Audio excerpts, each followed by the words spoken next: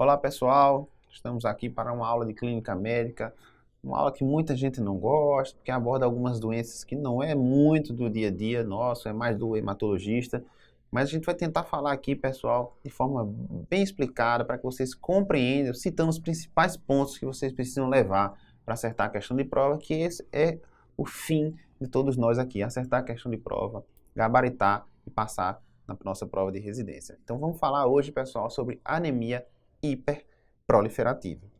Alguns conceitos iniciais.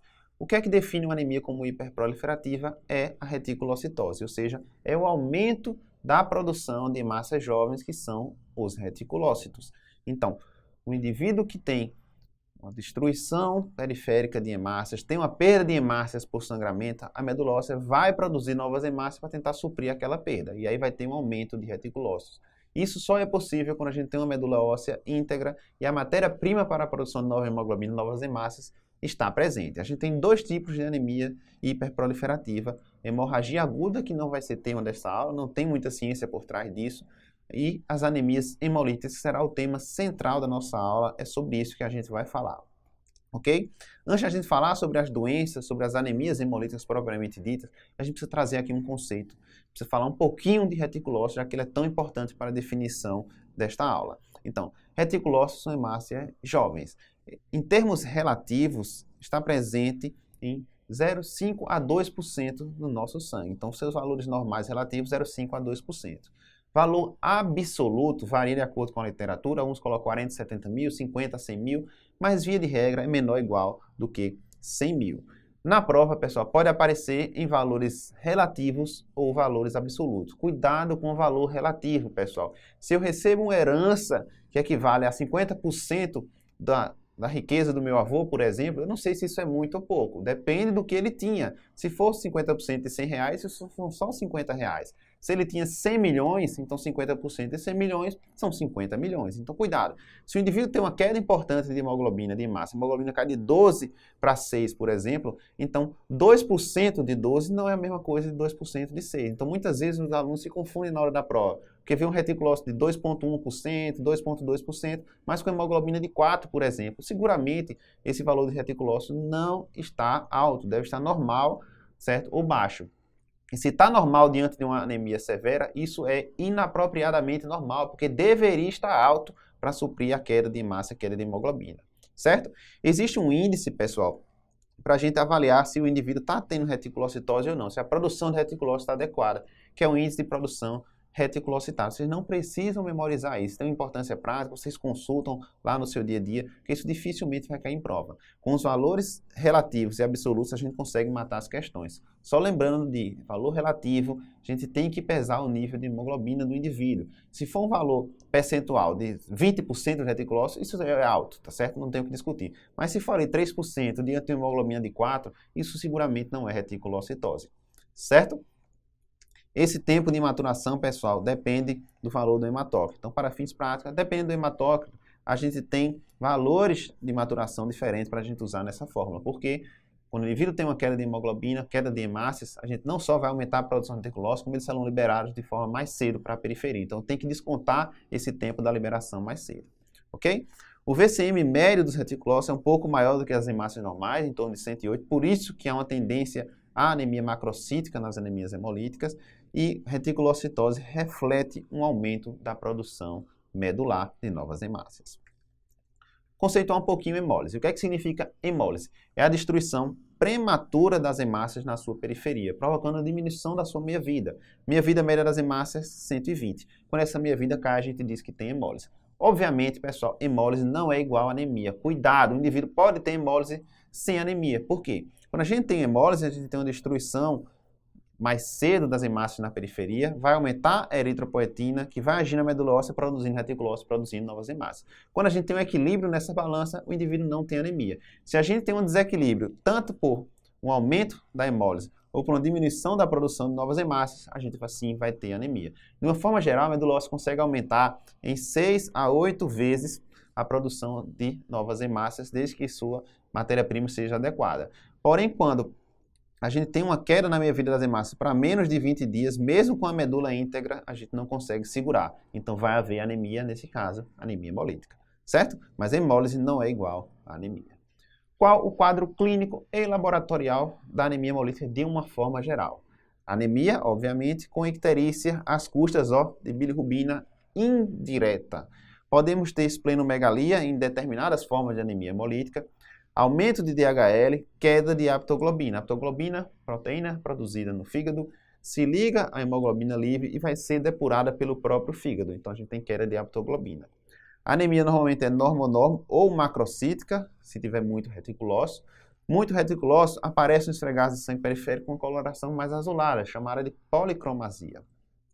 Os indivíduos com anemia hemolítica podem ter crises anêmicas, então pode ter desequilíbrios naquela balança de hemólise, provocando períodos de agudização da anemia, e tem um aumento da formação de cálculos de bilirrubinato de cálcio, levando à litíase biliar e suas complicações. Em termos de classificação da anemia, a gente pode classificar de algumas formas. De acordo com a participação do sistema imune, a gente pode ter as anemias imunológicas, quando a gente tem o teste de Cumbres direto positivo, falaremos um pouquinho mais a respeito desse teste daqui a pouco. E não imune, quando a gente não tem participação do sistema imunológico, geralmente o Cumbres direto vai ser negativo, quando o sistema imune não participa.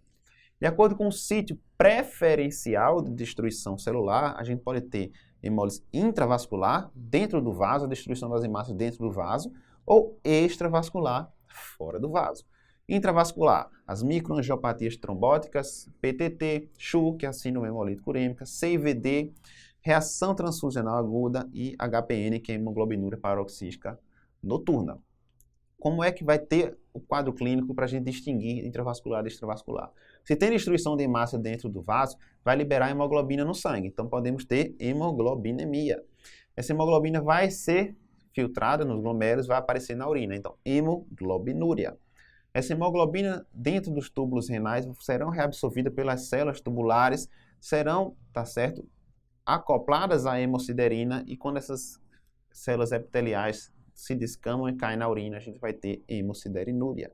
Pela presença de hemoglobina na urina, a gente pode ter duas coisas. A urina fica mais escura, cor de Coca-Cola, avermelhada, amarronzada, e a hemoglobina dentro dos túbulos renais vai provocar a mesma coisa que a mioglobina provoca no cenário da rabdomiólise. Pode provocar necrose tubular aguda e insuficiência renal. O sumário de urina geralmente tem hemoglobina sem hemácias, e na hemólise intravascular, a gente costuma ter DHLs mais altos e aptoglobinas mais baixas do que na hemólise extravascular. Mas cuidado, isso para fins de prova não tem importância. A gente não vai dizer que a hemólise é intravascular porque tem um DHL mais alto e uma aptoglobina mais baixa, certo?